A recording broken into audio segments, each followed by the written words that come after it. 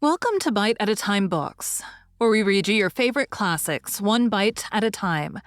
My name is Bree Carlile, and I love to read, and wanted to share my passion with listeners like you. Be sure to follow the show on your favorite podcast platforms so you get all the new episodes. Or you can follow the show on YouTube, where we have playlists for all the stories.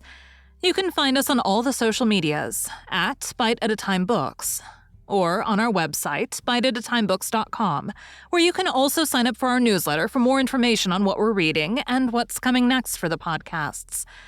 We're part of the Bite at a Time Books Productions Network. If you'd also like to hear what inspired your favorite classic author to write their novels, and what was going on in the world at the time, check out the Bite at a Time Books Behind the Story podcast, Tuesdays, wherever you listen to podcasts. Today we'll be continuing Wuthering Heights by Emily Brontë. Chapter 2. Bite 1.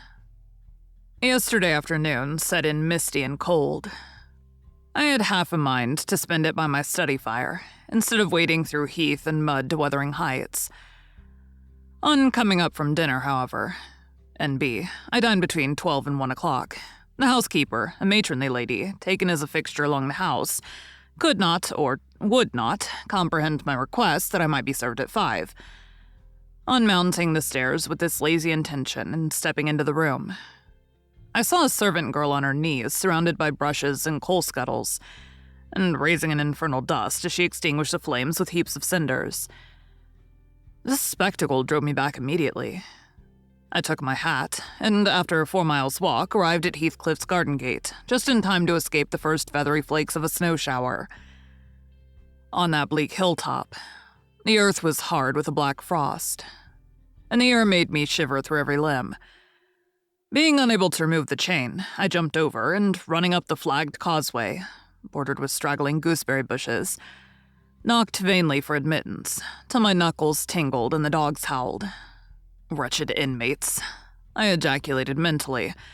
You deserve perpetual isolation from your species for your churlish inhospitality. At least, I would not keep my doors barred in the daytime. I don't care. I will get in. So resolved, I grasped the latch and shook it vehemently. Vinegar-faced Joseph projected his head from a round window of the barn. "What are ye for?" he shouted. "To Maester's down at Defaude. Go round by the end of the lath if you want to spake to him." "Is there nobody inside to open the door?" I hallooed responsively. "There's nobody to missus, and she'll not open till ye make her flay some dis till night." "Why? Cannot you tell her whom I am, eh, Joseph?" "Nor name me. I'll ha' no hand with," muttered the head, vanishing. The snow began to drive thickly. I seized the handle to essay another trial, when a young man without coat and shouldering a pitchfork appeared in the yard behind. He hailed me to follow him, and after marching through a wash-house and a paved area containing a coal shed, pump, and pigeon cot, we at length arrived in the huge, warm, cheerful apartment where I was formerly received. It glowed delightfully in the radiance of an immense fire, compounded of coal, peat, and wood, and near the table, laid for a plentiful evening meal, I was pleased to observe the Mrs., an individual whose existence I had never previously suspected. I bowed and waited, thinking she would bid me take a seat. She looked at me, leaning back in her chair, and remained motionless and mute. "Rough weather," I remarked. "I'm afraid, Mrs. Heathcliff, the door must bear the consequence of your servants' leisure attendance. I had hard work to make them hear me."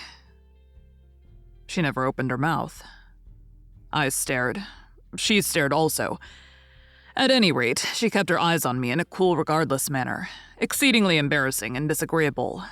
"Sit down," said the young man gruffly. "He'll be in soon." I obeyed, and hemmed and called the villain Juno, who deigned, at this second interview, to move the extreme tip of her tail in token of owning my acquaintance. "A beautiful animal," I commenced again. "Do you intend parting with the little ones, madam?" "They are not mine," said the amiable hostess, more repellingly than Heathcliff himself could have replied. "Ah, your favorites are among these?" I continued, turning to an obscure cushion full of something like cats. A strange choice of favorites, she observed scornfully. Unluckily, it was a heap of dead rabbits. I hemmed once more and drew closer to the hearth, repeating my comment on the wildness of the evening. You should not have come out, she said, rising and reaching from the chimney-piece two of the painted canisters. Her position before was sheltered from the light. Now, I had a distinct view of her whole figure and countenance. She was slender, and apparently scarcely past girlhood. An admirable form, and the most exquisite little face that I've ever had the pleasure of beholding. Small features, very fair, flaxen ringlets, or rather golden, hanging loose on her delicate neck, and eyes. Had they been agreeable in expression, that would have been irresistible. Fortunately, for my susceptible heart, the only sentiment they evinced hovered between scorn and a kind of desperation, singularly unnatural to be detected there. The canisters were almost out of her reach. I made a motion to aid her. She turned upon me as a miser might turn if anyone attempted to assist him in counting his gold. I don't want your help, she snapped. I can get them for myself. I beg your pardon, I hastened to reply. Were you asked to tea? She demanded, tying an apron over her neat black frock and standing with a spoonful of the leaf poised over the pot. I shall be glad to have a cup, I answered. Were you asked? She repeated. No, I said, half smiling. You are the proper person to ask me. She flung the tea back, spoon and all, and resumed her chair in a pet, her forehead corrugated and her red upper lip pushed out, like a child's ready to cry.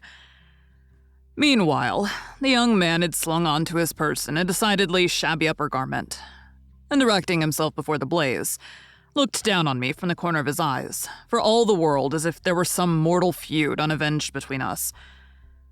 I began to doubt whether he were a servant or not. His dress and speech were both rude, entirely devoid of the superiority observable in Mr. and Mrs. Heathcliff. His thick brown curls were rough and uncultivated.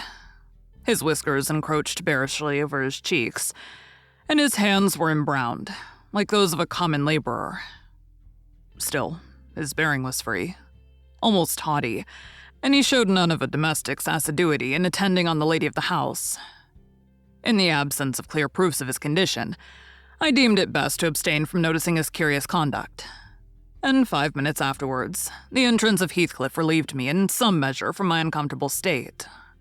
You see, sir, I'm come according to promise, I exclaimed, assuming the cheerful, and I fear I shall be weather-bound for half an hour, if you can afford me shelter during that space. Half an hour, he said, shaking the white flakes from his clothes. I wonder you should select the thick of a snowstorm to ramble about in. Do you know that you run a risk of being lost in the marshes? People familiar with these moors often miss their road on such evenings, and I can tell you there's no chance of a change at present. Perhaps I can get a guide among your lads, and he might stay at the Grange till morning. Could you spare me one? No, I could not. Oh, indeed. Well then, I must trust to my own sagacity. Are you going to make the tea? Demanded he of the shabby coat, shifting his ferocious gaze from me to the young lady. Is he to have any? She asked, appealing to Heathcliff. Get it ready, will you? Was the answer, uttered so savagely that I started. The tone in which the words were said revealed a genuine bad nature. I no longer felt inclined to call Heathcliff a capital fellow. When the preparations were finished, he invited me with, Now, sir, bring forward your chair. And we all, including the rustic youth, drew round the table, an austere silence prevailing while we discussed our meal. I thought, if I had caused the cloud, it was my duty to make an effort to dispel it. I could not every day sit so grim and taciturn, and it was impossible, however ill-tempered they might be, that the universal scowl they wore was their everyday countenance. It is strange, I began, in the interval of swallowing one cup of tea and receiving another. It is strange how custom can mold our tastes and ideas. Many could not imagine the existence of happiness in a life of such complete exile from the world as you spend, Mr. Heathcliff. Yet I'll venture to say that surrounded by your family and with your amiable lady as the presiding genius over your home and heart." "My amiable lady," he interrupted, with an almost diabolical sneer on his face. "Where is she, my amiable lady?" "Mrs. Heathcliff, your wife, I mean." "Well, yes. Oh, you would intimate that her spirit has taken the post of ministering angel and guards the fortunes of Wuthering Heights, even when her body's gone. Is that it?" Perceiving myself in a blunder, I attempted to correct it. I might have seen there was too great a disparity between the ages of the parties to make it likely that they were man and wife. One was about 40, a period of mental vigor at which men seldom cherish the delusion of being married for love by girls. That dream is reserved for the solace of our declining years. The other did not look 17. Thank you for joining Bite at a Time Books today, while we read a bite of one of your favorite classics. Again, my name is Bree Carlile, and I hope you join us tomorrow for the next bite of Wuthering Heights. If you enjoyed our show, be sure to follow us so you get all the new episodes. We would also love for you to drop us a rating on your favorite podcast platform. You can catch us on all the social medias at Bite at a Time Books, or check out our website, biteatatimebooks.com, where you can sign up for our newsletter.